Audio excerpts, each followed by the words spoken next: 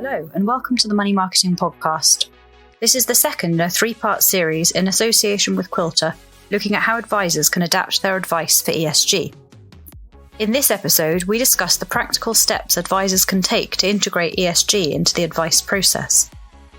We hope you enjoy. Hello, I'm Lois Vallely, Chief Reporter for Money Marketing. I'm delighted to welcome you to the second podcast in our special series in association with Quilter, which is going to look at how advisors should be adapting their advice in line with ESG. Today, I'm joined by Andy Miller again, investment specialist at Quilter. Now, last episode, we discussed how regulation is changing for ESG and what advisors need to be aware of about how these changes will affect them. This episode, we're going to be looking at how advisors can integrate ESG into their advice journey. So, Andy, let's start by talking about some of the questions advisors need to ask to make sure their recommendation is ESG suitable.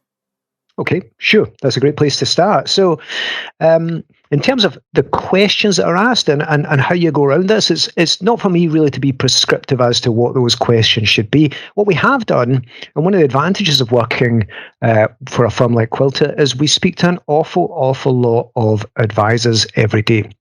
And so we spoke to a lot of advisors in this area and we asked them, look, what is it you're doing just now in order to engage with clients in this area? Are you having a conversation, or how are you having that conversation? Vast majority of those advisors actually told us, look, we are asking clients about it, and that's good.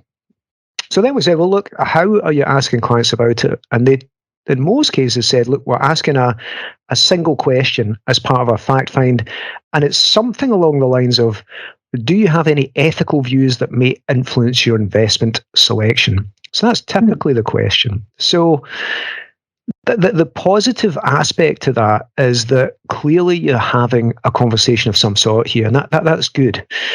But if you think about that question, it's maybe not that great a way to start. So let's think about that question. Do you have ethical views that may influence your investment selection? Well, first of all, everyone has some kind of ethics. You have ethics, I have ethics. It's very uncommon to come across someone who describes themselves as unethical. It's just that ethics may differ from one person to another. And so the question is a bit too vague to drill down as to exactly what that means. The second point, though, is a client doesn't necessarily understand what the effects of factoring in their ethics on investments might be. The question doesn't really reveal that to them, so it's very difficult for them to say yes or no. And then the last point here is that it's a binary question. It's either yes or no. And that doesn't cater for the fact that people have lots of opinions and feelings in this area. There was a survey carried out by the ONS recently that showed that more than 75% of people in Britain are worried about climate change. So more than 75%. But not all are worried to the same degree. Some are very worried and some far less so. And if you think about how you act in other areas of your life, that would be reflected. So you may well be concerned about the environment. You may well be concerned about how people are treated in society. That doesn't mean that you've joined Extinction Rebellion and you're gluing your hand to oil tankers. It might just mean you make every effort to put things in the right bin and you're thinking about maybe buying an electric car. So it's not just, are you concerned with this stuff, but to what extent are you concerned with this stuff? So I guess that's the starting point is, number one, are you asking clients about it? And number two, how are you asking clients about it? So what we did is we looked quite closely at some rules that already exist from a suitability perspective, in particular in relation to a paper that came out from the regulator in 2011. And that paper was actually on risk profiling, but it still gave guidance on how to ask questions from a suitability perspective. And so those sort of golden rules, if you are engaging with your client on this, is first of all, try to avoid a binary yes or no. As I mentioned, that doesn't reflect a range of views. So avoiding a binary yes or no. How can you do that? Well, you can create a statement and you can give your client the opportunity to strongly agree or strongly disagree with that statement along a range. The second is to ensure that the questions, when you ask them, are clear and they're easily understood. And that also means that clearly they shouldn't be biased and they shouldn't be misleading. And by biased, if you think about what that can mean, it can mean a couple of things. It could mean that you don't accidentally lead your client into investing in something which is sustainable without highlighting the fact that, well, this could potentially restrict the areas you're able to invest in, and ultimately that could have an impact on your returns. And equally, you shouldn't try and switch your clients off to this stuff either. So it's just trying to find that right balance. And the last thing is just asking a manageable but meaningful number of questions. And what we mean by that is meaningful in the sense that you ask enough questions to really get a picture of a client, but manageable enough so it's not going to turn clients off to your investment process. So that was our thoughts in terms of how to question clients. So once you've questioned them and you sort of understand what they want from their investments in terms of ESG, how should an advisor go about making sure they get the right investments? Yeah, I mean, that's the next point. So you've identified that your client has views in this particular area. Now, to be crystal clear, you may well have identified your client has no strong views in this area, or if they do, they don't want them to impact their investments, and that's okay. In that case, you don't need to factor that into investment choice. That's clear. However, if your client does have views and they do want them taken into account in investment selection, well, this is where this risk that we hear a lot about just now, this risk of greenwashing, rears its head. Now, greenwashing is defined by the regulator as unsubstantiated or misleading claims. So misleading claims that an investment manager may effectively claim to have stronger green credentials than they actually do. But there's also the risk that the terminologies and the names used by investments and investment managers may confuse the client and may make them think this thing is actually greener than it is. And let's be quite honest, with the amount of terminologies that exist out there, it's not just a risk that it might confuse the client, it might confuse you or me or indeed the advisor who's looking at the products. So if you're trying to find a match for your client needs, we would suggest asking 3 bold, strong questions of any investments you're considering here. The first is, what's the investment objective? So forget about the name for the moment and just think, what is the investment actually designed to do?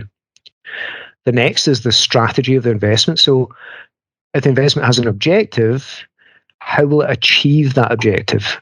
And the last is to look at the underlying holdings of the strategy. So do the underlying investments reflect that strategy, or are there any outliers within that you need to explore? So if you can ask these 3 fairly straightforward and simple questions, you can get a lot of understanding around how an investment's made up and if it's an appropriate match for your client. Yes, it's a big topic, greenwashing, isn't it? Because I think, as we touched on in the last podcast, it's very difficult to define ESG. So if you can't really define it, anyone could just call something ESG, even if it has a very small amount of actual sustainable or responsible investment in it. So I think that's a very important point for advisors.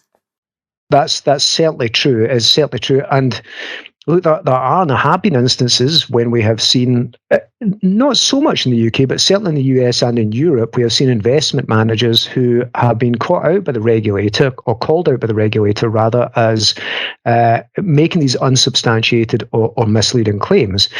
But the secondary risk there is that there's just so much terminology that exists in this area: the impact investing, ethical investing, positive impact, green impact, sustainable, ethical, responsible, all of that, these terminologies.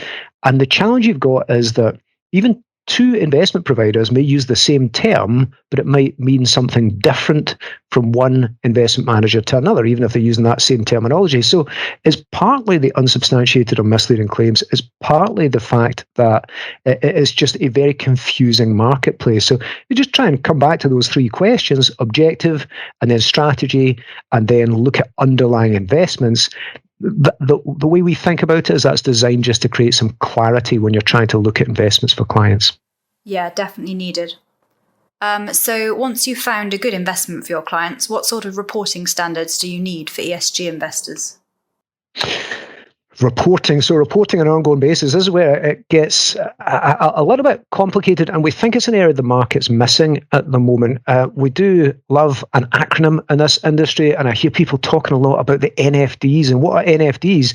That's non-financial disclosures. So let me come on to exactly what I mean by that. So let's say that a client's told you that ESG or call it what you will, responsible investing is really, really important to them. Well, at that stage, it becomes a financial objective. It's a financial objective for them every bit as much as achieving an investment return. And if that's the case, then you need to report on this to show that you're meeting the client's objectives. So in other words, you're reporting not just on financial performance, costs of performance and volatility and so on, you're also producing data for them or reporting data from them to show that something is meeting ESG objectives as well. And that's difficult because we're very used in this industry to producing data and reporting on it to clients from this financial performance perspective, but it's much, much more complicated when you start looking at it from an ESG perspective. So different investment managers are approaching this in slightly different ways. There's no set requirement in terms of how you would report on this for the moment. But what we are finding is that, broadly speaking, you're seeing maybe three different things. The first that you're seeing from investment managers is what we would term exclusions. So that's areas that an investment would avoid investing in altogether, or perhaps have just very, very limited exposures to. The second is, and this we're seeing this increasingly, is carbon emissions. So if you invest a particular amount, say £100,000 in this investment, what will be the carbon emissions of that investment?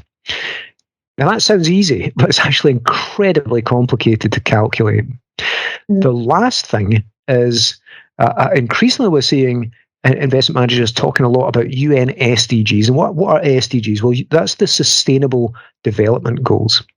And they're prescribed by the UN. They were brought out in 2015 as a set of positive standards that companies can act in from an environmental and social perspective. So the way to think about that in terms of the SDGs is it's almost like an ESG benchmark. So just as an investment just now will have a financial benchmark, the UN SDGs are like an ESG benchmark. And it will show in ongoing reporting, it may well be shown by an investment manager how the investment is performing in relation to those UN SDGs. So that's something we've approached. We've brought all of those things together in a quarterly client-facing report. So when you're using our investments, our responsible or sustainable investments, we're going to produce that data for you in a way that is reassuring to clients, and it's very easy for advisors to produce as well. Great. Well, thank you very much for talking to me today, Andy. It's been great to talk to you again.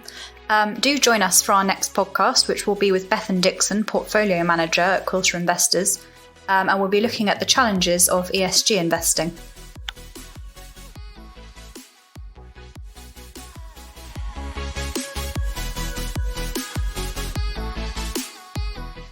We hope you enjoyed the second episode of the ESG and Advice podcast, brought to you in association with Quilter.